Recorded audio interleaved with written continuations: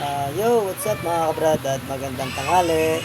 At kagaling lang din namin ng trabaho. Nakauwi lang namin.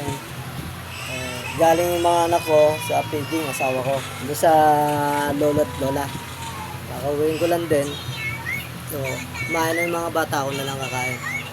Ulang po, tuna. Kain tayo mga kabrad, magandang tanghali. Yung nga pala, yung bawal na bawal yung nakikita nyo sa mga Facebook na yung mga contraction sa mga bubong, yung pinapako, yung nagamit. Pero ang gamit dapat doon ay barena. Barena yung ginagamit doon, hindi yung pinupukpok. Pwede yung kahoy, yung antrasis nyo, pwede yung pukpukin, umbrella yung tawag. Pero yung los panayero, wag na wag yung gagayahin yun. Mali yun mga brad. Mali yung ginagawa nila.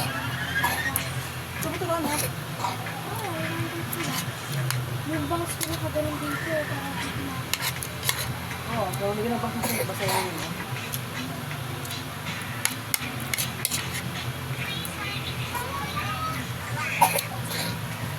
Pag bakal ang gamit nyo, text screw. Text screw ginagamit. Yung text screw, hindi kailangan pukpukin ng martilyo at sasabayan ng sealant. Iba sealant niya, ginagamit la doon. Wag na wag nyo magagaya nyo mga kabrad. Aminado, sayang kisame nyo pag nagpalagay pa kayo. Kahit may insulation yan.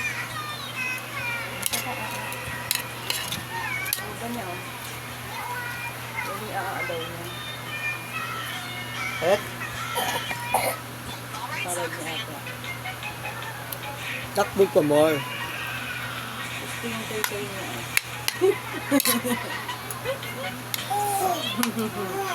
Papaiti yung ituin niya, oh. Ito na papi yung ituin niya. Ingay.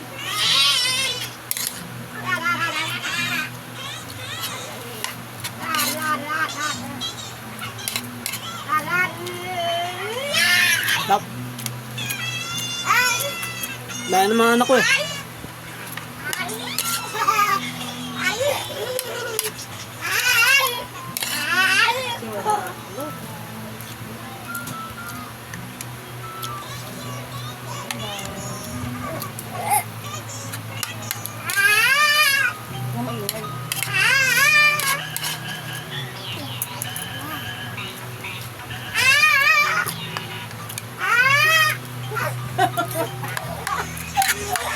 Sala din.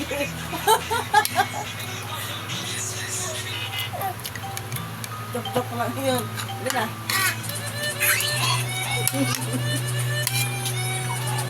Bakit po? Pero mabigay mo. Kaya pag sa nakikita nyo sa mga gutter, sinusukat yan. Sinusukat pala yan. Kaya pag nakita nyo, pag nag-gutter kami sa sunod, sa project doon, patapos dito sa lumpian, ipapakita ko sa inyo paano gawin ng mga altuan. Papakita namin sa iyo kasi yung iba sa mga nagpa-vlog, yung na-vlog nila, parang hirap na hirap pag tingnan sila eh. Napahirapan lang yung sarili nila eh. Sinisira mo. Bagay, diskarte nila yun.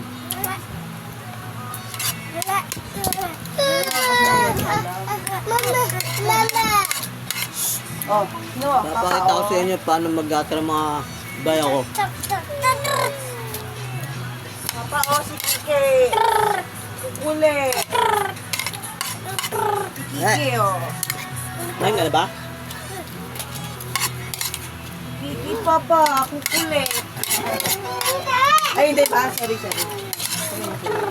O, Papa, si Kiki na kukulit. Hindi.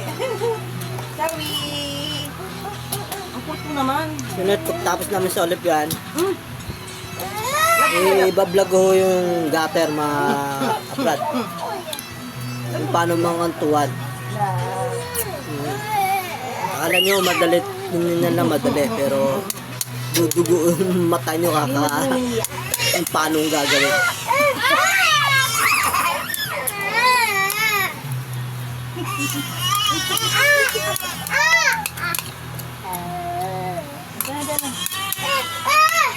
Tama na, tama na.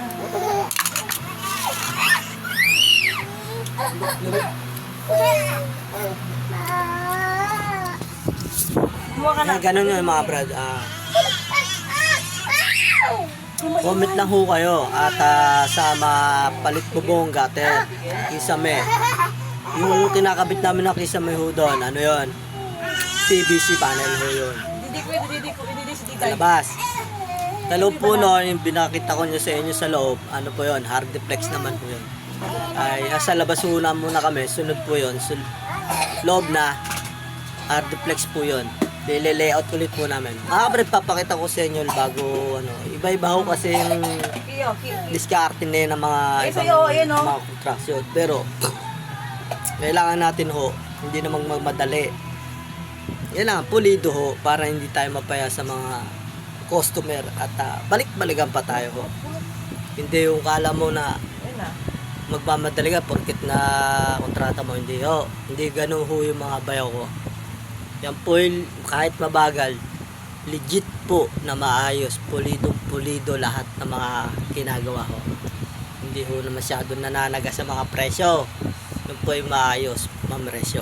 Uy. Yan po, ako po yung nagpakatunay po sa inyo. Hindi ko po magbablog ako na akala nyo na nananaga ako ng mga presyo. Hindi ho.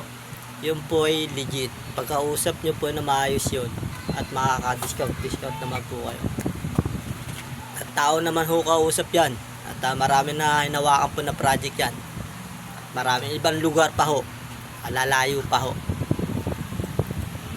Kaya yun po at sa lahat po ng mga viewers ko po at na nanonood sa atin, salamat po sa suporta sa inyo. At gaganda ko pa po ang mga pagpa-vlog ko sa inyo at kung ano po makakayanan ko i-vlog, ipapakita ko po sa inyo. Yun, so mga brad, magandang tanghali at salamat po. Siya, ano lang po kayo, pag magpapagawa po kayo, ulit ko lang po, comment section lang po, address, o kaya po J4R. Yun po, hanapin nyo po yung sa contraction po yun. At yun po, mag-comment lang po kayo doon. At address, number. At tawagan nyo na rin po yun. Makakausap niya po yun. Yo, salamat po. Magandang gabi. Tanghali pala. Sorry.